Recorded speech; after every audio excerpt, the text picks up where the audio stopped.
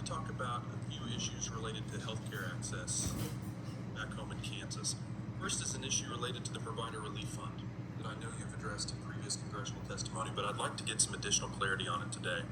There were several acute care hospitals that opened in 2019 and 2020, including Rock Regional Hospital in Kansas, that received significantly less financial support from your department than other legacy providers.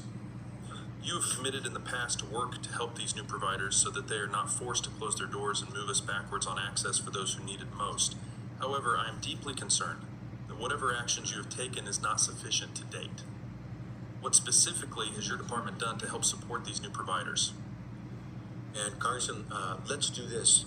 Administrator Carol Johnson at HRSA is the one who administers that Provider Relief Fund. If you want, we can try to follow up because I'm not going to be able to give you a quick, concise answer, so let me keep it at this. One, when we came in, the formula had already been baked on how to distribute the money from the previous administration. That formula used one aspect of variable, Medicare reimbursement, to sort of drive dollars to those providers. There are a lot of providers, including, of course, a new provider, that won't have a record of having gotten Medicare reimbursement because they're new. So guess what? The formula weighs against them because they can't show that they had large expenses. When we came in, we decided we don't want to use that formula. We came up with a different formula for what would be the fourth tranche of funding of the Provider Relief Fund. But by then, by the fourth tranche, very little of the money was left. Most of the money had already gone out.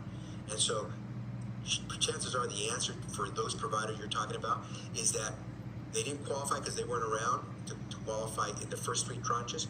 We changed the formula, and in the fourth tranche, they probably received something, but because that tranche of money was so small compared to the others, and it had to go around to a lot of folks who were new providers or who didn't get a fair share in the first three tranches, it's become less than some people would have expected. But to give you specifically for those providers, if you want, we can follow up with Administrator Johnson and her team.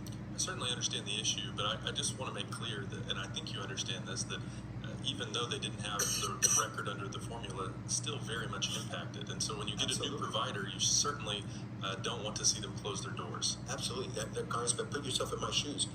Am I supposed to yank back the money that all those providers got before and say, we now find a provider that didn't get anything or very little and is worthy, and so therefore give me back some of the money we gave you?